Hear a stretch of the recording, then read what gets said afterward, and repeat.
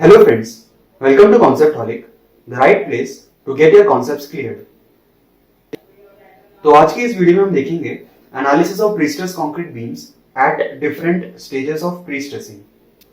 तो चलिए शुरू करते हैं। टॉपिक सुन के आपके दिमाग में सबसे पहला क्वेश्चन आना चाहिए कि why do we do the analysis at different stages. Different stages में एनालिसिस क्यों करते हैं? किसी एक स्टेज में भी एनालिसिस तो कर सकते थे।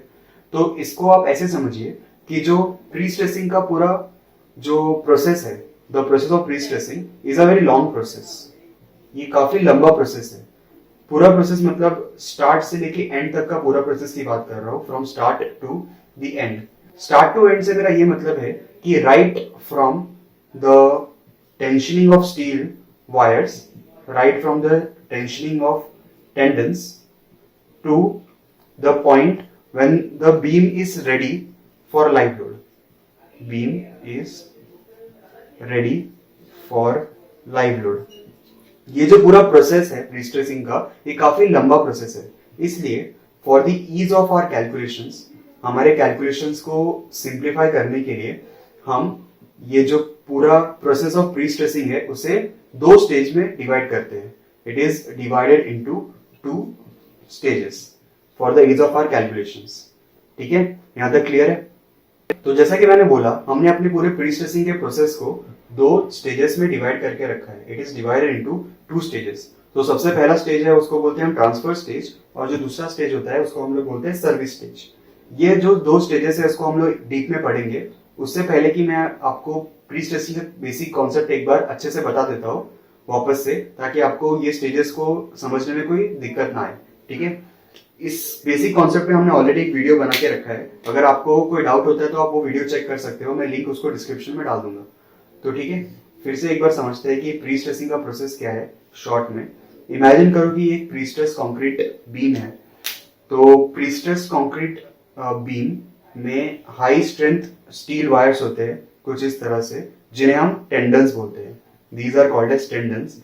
टेंडन्स मतलब कुछ नहीं, स्टील वायर्स ही होते हैं, but high strength steel wires होते हैं। तो प्री स्ट्रेसिंग हम क्या करते हैं, ये टेंडन्स को दोनों साइड से खींचते हैं, एकदम जोर से खींचते हैं दोनों साइड से, या तो एक साइड से। वो साइड के कंडीशन पे डिपेंड करता है। यहाँ पे आपको बस समझाने की कोशिश कर रहा हूँ। हम इसे दोनों साइड से खींचते हैं, एकदम जोर से खींचते हैं, ऐसा आप याद रखिए। तो इमेजिन करो कि मैं इसको कुछ पी अमाउंट ऑफ फोर्स दे रहा हूँ दोनों साइड, और उसे खींच के रख रहा हूँ पी अमाउंट ऑफ फोर्स से। ये हाई स्ट्रेंथ स्टील वायर्स को मैं खींच रहा हूँ।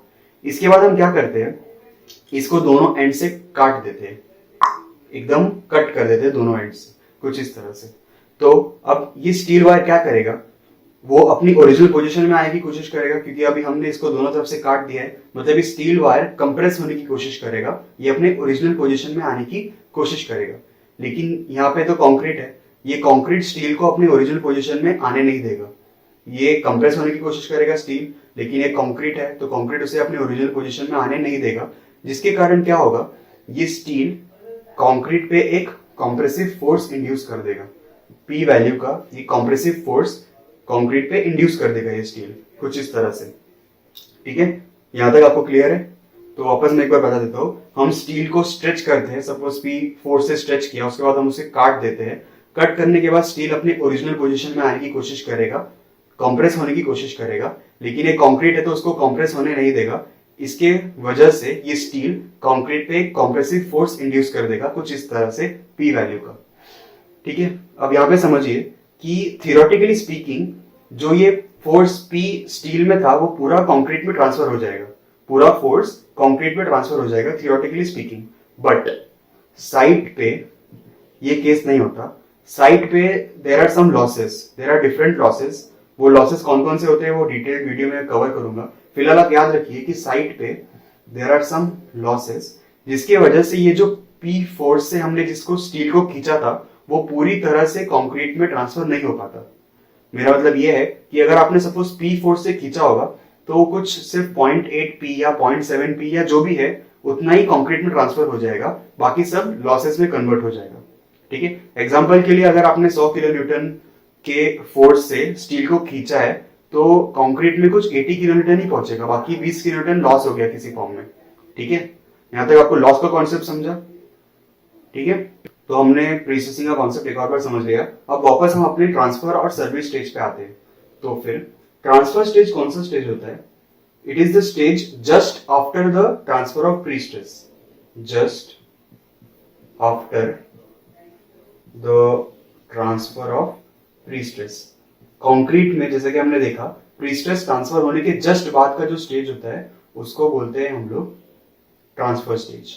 उसके नाम से भी वही मालूम पड़ता है, it is just after the transfer of prestress. या तो इसको हम ऐसा भी बोल सकते हैं, it is before the application of live load. It is the stage before the application of live load. Live load लगाने के जस्ट पहले, मतलब लाइव लोड लगाने के पहले का जो स्टेज होता है उसे हम बोलते हैं ट्रांसफर स्टेज। ठीक है, यहां तक क्लियर है?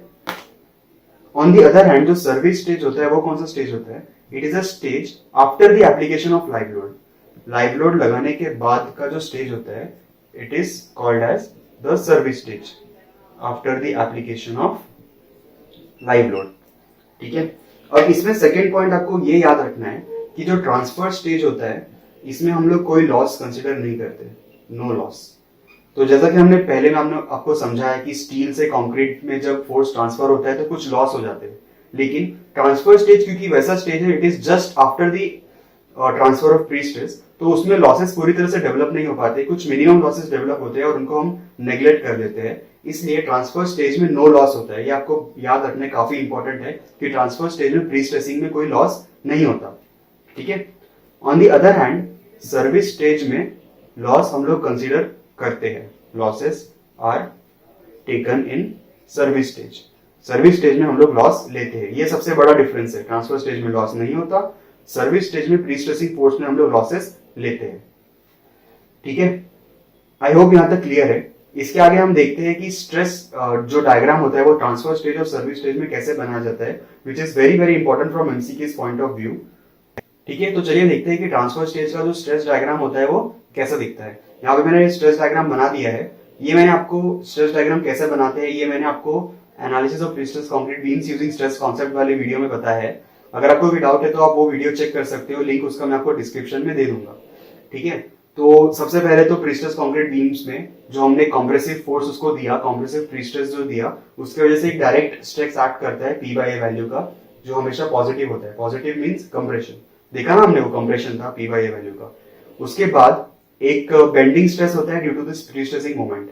तो मोमेंट कहां से आता है? ये जो टेंडेंस होता है वो हमेशा हम एक at an eccentricity E provide करते हैं न्यूट्रल एक्सिस से, उसके वजह से एक P इंटू E का मोमेंट होता है, और उस मोमेंट की वजह से जो हमारा बीम है वो इस तरह से डिफ्लेक्ट हो जाता है, एकदम सैड फेस बना के हॉगिंग मूवमेंट में डिफ्लेक्ट होता है। तो ऊपर आता है आपका टेंशन और नीचे आता है आपका कंप्रेशन, ऊपर माइनस नीचे पॉजिटिव। अब क्योंकि ये ट्रांसफर स्टेज है तो इसमें लाइव लोड तो होता नहीं है, हमने पहले देख लिया। तो इसमें होता है हमारा डेड लोड। तो डेड लोड के कारण बीम कुछ ऐसा सैगिंग वे में डिफ्लेक्ट करता है, तो नीचे आता है टेंशन, ऊपर आता है कंप्रेशन, पॉजिटिव ऊपर और नीचे नेगेटिव। ठीक है, ये स्ट्रेस डायग्राम क्लियर है। अब सबसे इंपॉर्टेंट चीज जो हमें इसमें याद रखनी है वो होता है स्ट्रेस डायग्राम का रिजल्टेंट। तो मैं आपको रिजल्टेंट बता देता हूं कि रिजल्टेंट कुछ इस तरह का होता है, ऐसा, दिस इज द रिजल्टेंट। ठीक है, तो ये रिजल्टेंट की खासियत क्या है?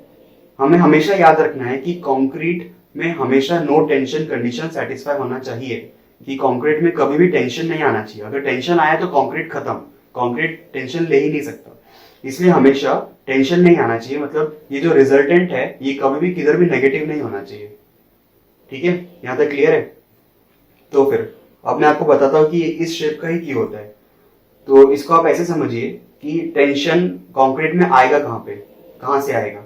टेंशन आएगा हमारे प्री स्ट्रेसिंग की वजह से। ये प्री स्ट्रेसिंग मोमेंट है ना, ये टेंशन, ये नेगेटिव है, इसकी वजह से टेंशन आएगा। आप बोल सकते हो कि डेड लोड की वजह से भी टेंशन आएगा, यहाँ पे आपको दिख रहा है टेंशन, लेकिन जो डेड लोड है वो हमारे कंट्रोल में नहीं है। अब इसका जो क्रॉस सेक्शन एरिया ए रहेगा, इसका जो वेट रहेगा वो तो फिक्स रहेगा ना, पर्टिकुलर बीम के लिए जितना उसका एरिया उतना उसका वेट वगैरह रहेगा, वो फिक्स रहेगा।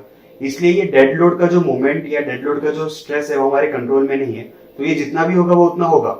लेकिन जो ये प्री स्ट्रेस है ये हमारे कंट्रोल में है। ठीक है, तो टेंशन बेसिकली प्री स्ट्रेस की वजह से आएगा आपका, ये जो माइनस साइन है प्री स्ट्रेस की वजह से आएगा। अब आप हमेशा कोई भी मतलब ऐसा बोल सकता है ना कि एक बीम है इसको हमको प्री स्ट्रेस प्रोवाइड करना है, तो हम कितना भी प्री स्ट्रेस प्रोवाइड कर सकते हैं ना, जितना प्री स्ट्रेस प्रोवाइड करेंगे उतना अच्छा रहेगा, उतना ज्यादा लोड सह पाएगा। लेकिन ऐसा बिल्कुल नहीं है, ये गलत कॉन्सेप्ट है, क्योंकि इधर हम देख रहे हैं कि प्री स्ट्रेस की वजह से टॉप में टेंसाइल स्ट्रेसेस डेवलप होता है। तो अगर आपने इतना इसको टेंशन दे दिया कि इधर ही अगर वो क्रैक हो गया, तो ये तो यूज करने से पहले ही फेल हो जाएगा, यूज करने से पहले ही यहाँ पे क्रैक्स डेवलप हो जाएंगे। इसलिए हम अपने मन मर्जी का टेंशन इधर दे नहीं सकते, मन मर्जी का प्री स्ट्रेसिंग फोर्स जो है हम दे नहीं सकते, ठीक है।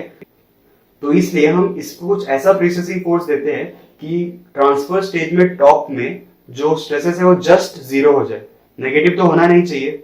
अगर मतलब कोई ऐसा ही बोल सकता है कि ये कुछ इस तरह का होके नीचे आए, हाँ हो सकता है, बिल्कुल हो सकता है, वो भी सही है। लेकिन अभी हम आइडियल सिनेरियो की बात कर रहे हैं, तो आइडियली हमें ऐसा प्री स्ट्रेस देना है कि ट्रांसफर स्टेज के टाइम पे जो टॉप फाइबर है उसमें स्ट्रेस बिल्कुल जीरो हो, एकदम जीरो स्ट्रेस हो, नेगेटिव ना हो, ठीक है। तो इसको हम लोग कुछ ऐसा भी बोलते हैं कि इसको याद रखने का तरीका ऐसा है कि ट्रांसफर स्टेज में we want that no cracks at top, top पे कोई भी क्रैक्स नहीं आने चाहिए, मतलब कि टॉप पे कोई भी टेंसाइल स्ट्रेस इंड्यूस नहीं होना चाहिए, ठीक है। I hope I am clear with this, ठीक है। तो अभी हम देखते हैं कि सर्विस स्टेज पे जो स्ट्रेस डायग्राम है वो कैसा होता है। तो ये ट्रांसफर और सर्विस स्टेज में क्या डिफरेंस है, सिर्फ ये लाइव लोड एक्स्ट्रा आ जाता है इसमें, यहाँ तक तो ये सेम ही डायग्राम है, तो सिर्फ लाइव लोड का फर्क आता है। और दूसरा एक सबसे इंपॉर्टेंट फर्क जो होता है वो ये होता है कि इसमें हमने पूरा प्री स्ट्रेसिंग फोर्स कंसिडर किया, पूरा पी वैल्यू कंसिडर किया, लेकिन इसमें हम लोग पूरा पी कंसिडर नहीं करते, उसमें कुछ रिडक्शन कंसिडर करते हैं। तो इसलिए हम जो ये पी है ना उसको ईटा से मल्टीप्लाई करते हैं, this is called as eta. P को ईटा से मल्टीप्लाई करते हैं क्योंकि मैंने पहले ही बोला था कि सर्विस स्टेज में हम लोग लॉस भी कंसिडर करते हैं, तो eta is for accounting all the losses. Eta को हम लोग बोलते हैं efficiency factor, it is called as the efficiency factor. ये आपको क्वेश्चन में गिवन रहेगा, आपको कुछ करना नहीं है, सिर्फ ईटा का वैल्यू पी में मल्टीप्लाई करना है, तो उससे आपको डायरेक्ट जितना स्ट्रेस बचा आफ्टर लॉस वो मिल जाएगा सर्विस कंडीशन में, ठीक है।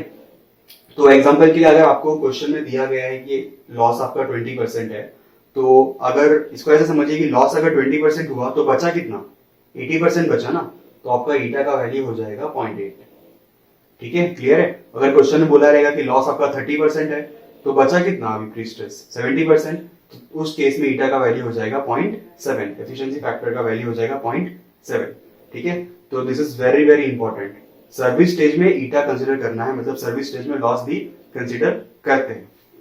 तो अब इसका जो स्ट्रेस डिस्ट्रीब्यूशन डायग्राम है उसका रिजल्टेंट किस तरह से होगा। अब इसको आप ऐसे समझिए कि ये जो ऊपर का रिजल्टेंट है इसमें आपको सिर्फ ये ऐड करना है, बेसिकली वही होगा ना, इधर तक तो मैंने इधर ऐड कर दिया, आपको इसमें अभी ये ऐड करना है। तो वापस अपना वो फंडा आप यूज करो कि कंक्रीट में टेंशन नहीं आना चाहिए, नो टेंशन कंडीशन इधर भी सेटिस्फाई होना चाहिए।